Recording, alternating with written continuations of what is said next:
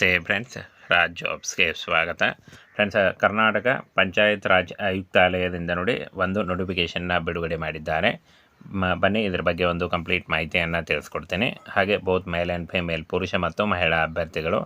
ಇನ್ನು ಫ್ರೆಂಡ್ಸ್, ಕರ್ನಾಟಕದ ಎಲ್ಲ ಜಿಲ್ಲಾ ಪಂಚಾಯತ್ಗಳಲ್ಲಿ ಖಾಲಿ ಇರತಕ್ಕಂಥ PDO ಹುದ್ದೆಗಳಿಗೆ ಒಂದು ನೋಟಿಫಿಕೇಷನ್ನ ಬಿಡುಗಡೆ ಮಾಡಿದ್ದಾರೆ ನೋಡಿ.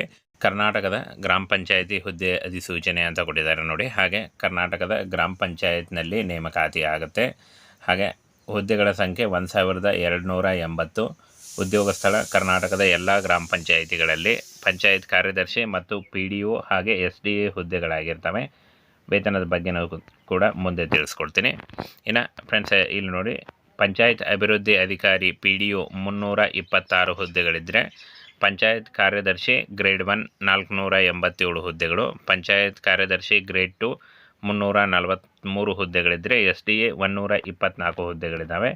ಹಾಗೆ ಇನ್ನು ಈ ಒಂದು ಹುದ್ದೆಗಳಿಗೆ ಅರ್ಜಿ ಸಲ್ಲಿಸುವಂಥ ಅಭ್ಯರ್ಥಿಗಳು PUC ಮತ್ತು ಪದವಿ ಕಂಪ್ಲೀಟ್ ಆಗಿರಬೇಕು ಅಂತ ಹೇಳಿದ್ದಾರೆ. PUC ಮತ್ತು ಡಿಗ್ರಿ ಮುಗಿಸಿದರೆ ಅರ್ಜಿಗಳನ್ನು ಸಲ್ಲಿಸಬಹುದು. ಹಾಗೆ ಇನ್ನು ವಯೋಮಿತಿಯನ್ನು ನೋಡೋದಾದರೆ 18ರಿಂದ 35 ವರ್ಷಗಳು ಅಂತ ಕೊಟ್ಟಿದ್ದಾರೆ. ಹಾಗೆ ವಯೋಮಿತಿ ಸಡಿಲಿಕೆ ಕೂಡ ಇರುತ್ತೆ, 3 ವರ್ಷ ಮತ್ತು 5 ವರ್ಷಗಳ. OBC ಅಭ್ಯರ್ಥಿಗಳಿಗೆ 3 ವರ್ಷ ಇದ್ದರೆ, SC/ST ಅಭ್ಯರ್ಥಿಗಳಿಗೆ 5 ವರ್ಷಗಳ ಒಂದು ವಯೋಮಿತಿ ಸಡಿಲಿಕೆ ಕೂಡ ಇರುತ್ತೆ.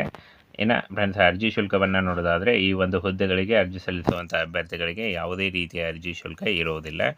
ಇನ್ನು ಆಯ್ಕೆ ಪ್ರಕ್ರಿಯೆ ಲಿಖಿತ ಪರೀಕ್ಷೆ ಮತ್ತು ಸಂದರ್ಶನದ ಮೂಲಕ ಆಯ್ಕೆಯನ್ನು ಮಾಡಿಕೊಳ್ಳಲಾಗುತ್ತೆ. ಮೊದಲು ಲಿಖಿತ ಪರೀಕ್ಷೆ ಇರುತ್ತೆ, ಆನಂತರ ಸಂದರ್ಶನವನ್ನು ಮಾಡಿಕೊಳ್ಳಲಾಗುತ್ತೆ. ಹಾಗೆ ಇನ್ನು ಫ್ರೆಂಡ್ಸ್, ಸಂಬಳದ ವಿಷಯ ನೋಡಿ, 21,000ದಿಂದ 42,000ವರೆಗೆ ಪರ್ ಮಂತ್ ಸ್ಯಾಲ್ರಿ ಆಗುತ್ತೆ. ಇದು ಜಾಸ್ತಿ ಕೂಡ ಆಗ್ತಾ ಹೋಗುತ್ತೆ.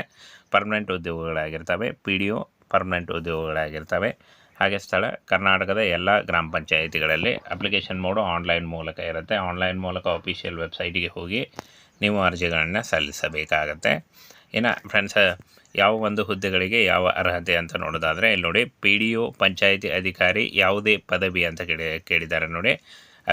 ಪಂಚಾಯತ್ ಅಭಿವೃದ್ಧಿ ಅಧಿಕಾರಿ PDO ಯಾವುದೇ ಡಿಗ್ರಿ, ಎನಿ ಡಿಗ್ರಿ ಹೊಂದಿದಂಥ ಅಭ್ಯರ್ಥಿಗಳು. ಹಾಗೆ ಪಂಚಾಯತ್ ಕಾರ್ಯದರ್ಶಿ ಗ್ರೇಡ್ 1 ಯಾವುದೇ ಡಿಗ್ರಿ, ಪಂಚಾಯತ್ ಕಾರ್ಯದರ್ಶಿ ಗ್ರೇಡ್ 2 ಯಾವುದೇ ಡಿಗ್ರಿ, ಹಾಗೂ SDA PUC ಕೇಳಿದ್ದಾರೆ ನೋಡಿ. SDA ಹುದ್ದೆಗಳಿಗೆ PUC ಆದಂಥ ಅಭ್ಯರ್ಥಿಗಳು ಅರ್ಜಿಗಳನ್ನು ಸಲ್ಲಿಸಬಹುದು.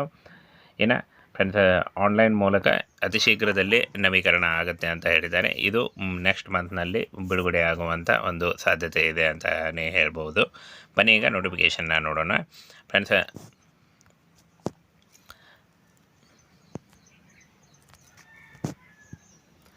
ನೋಡಿ ಫ್ರೆಂಡ್ಸ್, ನೋಟಿಫಿಕೇಷನ್ ಈ ಥರ ಇದೆ.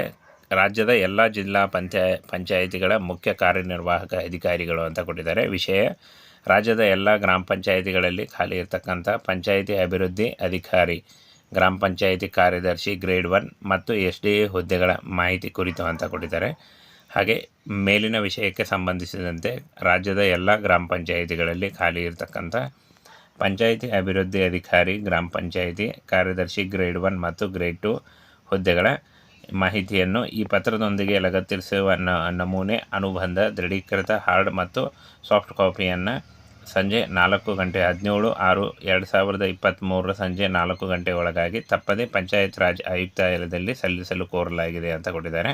ಫ್ರೆಂಡ್ಸ್, ಈ ಒಂದು ಹುದ್ದೆಗಳು ಕರ್ನಾಟಕದಲ್ಲಿ ಎಲ್ಲ ಗ್ರಾಮ ಪಂಚಾಯಿತಿ ಹುದ್ದೆಗಳು ಅತಿ ಶೀಘ್ರದಲ್ಲಿ, ಅಂದರೆ ನೆಕ್ಸ್ಟ್ ಮಂತ್ ಬರುವಂಥ ಸಾಧ್ಯತೆ ಇದೆ. ಮುಂದಿನ ತಿಂಗಳು ನೋಟಿಫಿಕೇಷನ್ ಆಗುತ್ತೆ ಅಂತ ಒಂದು ಮಾಹಿತಿಯನ್ನು ನೀಡಲಾಗಿದೆ ನೋಡಿ. ಒಂದು ನೋಟಿಫಿಕೇಷನ್ ಆಗುತ್ತೆ ಅಂತ ಹೇಳಿದ್ದಾರೆ.